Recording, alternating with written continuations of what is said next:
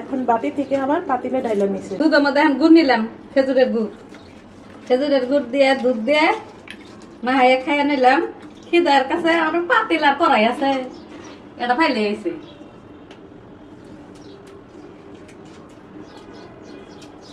খিদা লাগলে আমার পাতিলা করাই নাই, আমি এটার মধ্যে বই পড়ি। কেনা কি করলাম আর বিষয় জানার বিষয় না, আমি পারলাম মধ্যে খাই আমার কাছে আরাম। আচ্ছা ঠিক আছে, আরাম মতোই খাবেন। পাইলার মধ্যে কি সুন্দর সত্তা আছে, বাটির মধ্যে খুসখুস করা লাগবে। গুড়টা ভাঙাবেন, মজা লাগবে। গলাই নিলে বেড়েছে আরেক মজা। আচ্ছা, গুড় দাঁতের মধ্যে ফালে চাপান মারমো, খুব টেস্ট।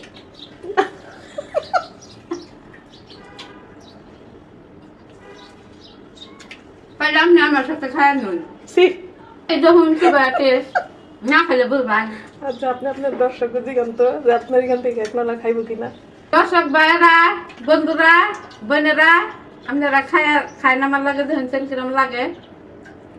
জিজ্ঞেস করেন খাবে কিনা, জিজ্ঞেস করেন খাবেন কিনা বলেন, আমার সাথে গুড় দিয়া এবার ভাত খাবেন কিনা আপনারা বলেন।